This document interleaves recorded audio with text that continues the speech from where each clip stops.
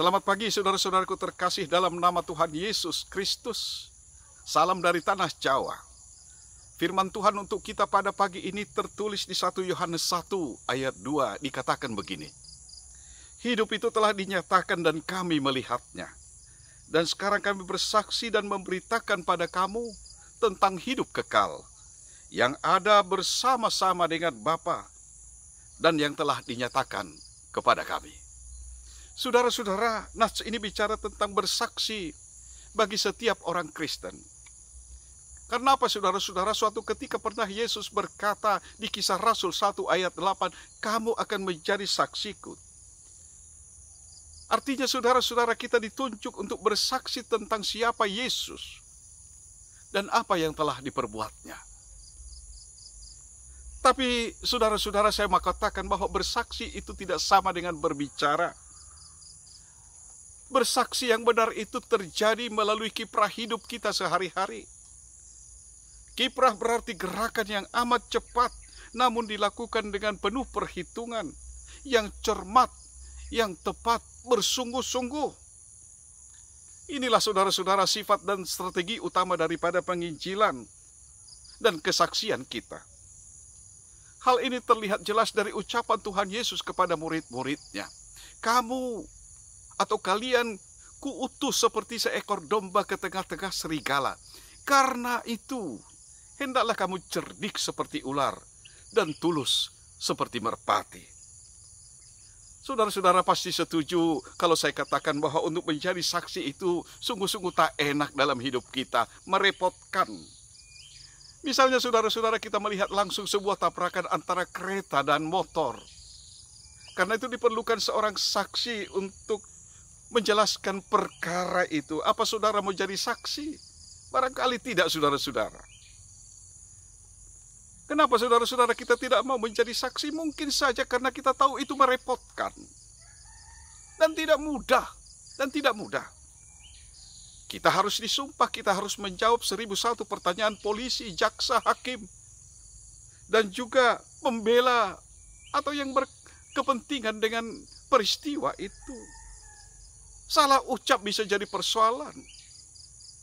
Mungkin juga karena kesaksian kita ada pihak yang marah, tidak senang, yang mungkin saja boleh mengancam keselamatan kita, padahal kita tahu bahwa kita tidak punya kepentingan apa-apa dengan peristiwa itu. Karena itu saudara-saudara, untuk menjadi saksi daripada tabrakan kereta dan motor saja begitu pelik, apalagi menjadi saksi Kristus. Karena ini sebuah perkara yang sangat besar.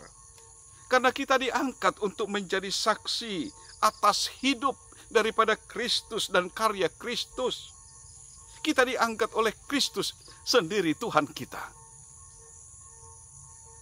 Sangat pelik saudara-saudara menjadi saksi daripada Kristus itu. Bersaksi tentang Kristus bukan hanya bercerita atau berbicara, melainkan sebenarnya yang paling tepat memperlihatkan gaya hidup. Gaya hidup seperti Kristus.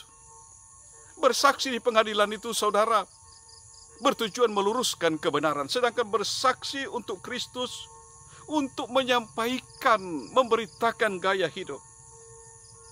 Apa tujuan kesaksian setiap orang Kristen saudara-saudara?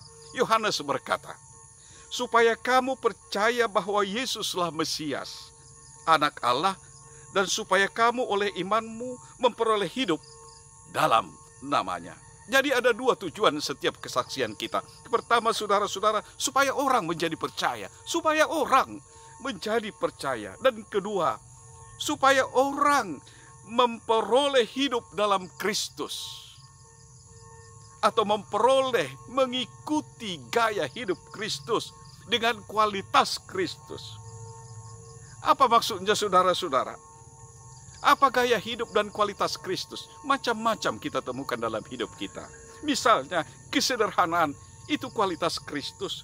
Damai itu, bersahaja itu, teduh, adil, tidak pilih kasih, memaafkan, mengampuni, jujur, tidak mata duitan, tidak suka berkata gosip dan hoax.